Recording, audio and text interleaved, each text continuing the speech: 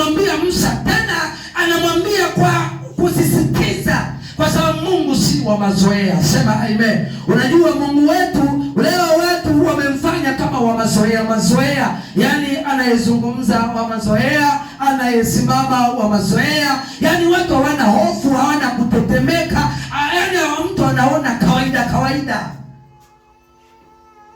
Mwambie jirani yako, Mungu aliyoko ndani mwako, Mungu aliyoko ndani mwako na mheshimu.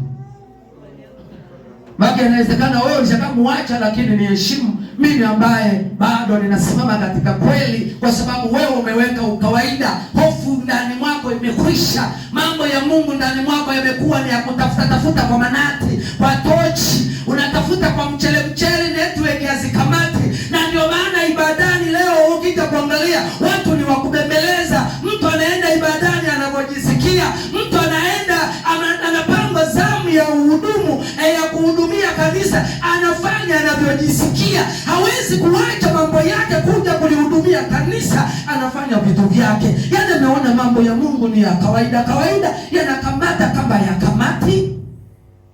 Mwambie jirani yako, naomba utoe heshima kwa Mungu aliyoko ndani mwako. Mwambie tena, toa heshima Mungu aliyoko ndani mwako.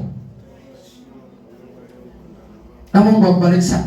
Nakumbuka siku moja, sijui tunachukuliaje. Kijana mmoja alifanya makosa. Alipofanya makosa, baadaye akafukuzwa ibadani. Alipofukuzwa ibadani, mchungaji akamwambia, kuanzia leo sikanyage ibadani na ninakufukuza kuanzia leo. Kwa sababu sisi hatuna kumbembeleza mtu, hatuna wengi wape, hatuna wengi kwamba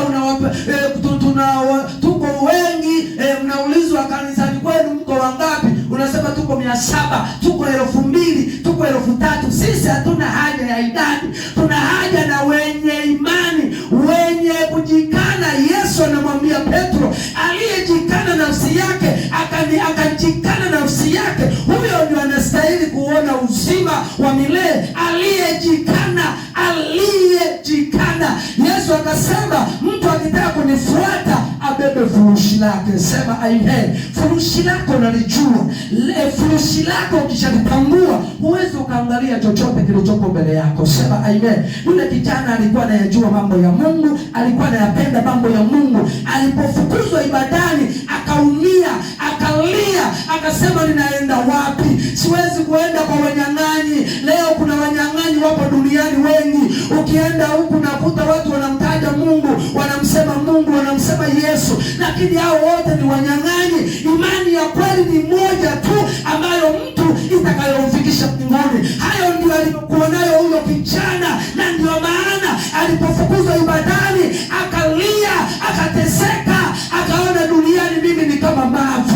Alienda kutafuta sehemu palipo na mavi, akachukua mavi akajipaka, maana yeye amefanana kama mavi. Akaenda mpaka getini kwa mchungaji anapokaa, sio kwenye ibada. Ibadani amefukuzwa na mchungaji, anaona sasa mimi si chochote, mimi si lolote, mimi sifai kabisa. Akaenda akatafuta mavi, akajipaka mwili, akaenda kwa mchungaji, akamwambia mchungaji, naomboleza, nisaidie, na inaumia, nateseka, nataka nirudi kwa Bwana. Sema amen. Maana alikuwa anajua thamani ya Mungu, alikuwa anajua hasira ya Mungu, alikuwa anajua uthamani wa kuishi na Mungu na uthamani wa kufungiwa ufalme wa Mungu. Akaenda akatafuta mavi, akajipaka mwili, akaenda kuomba toba. Mungu akubariki sana.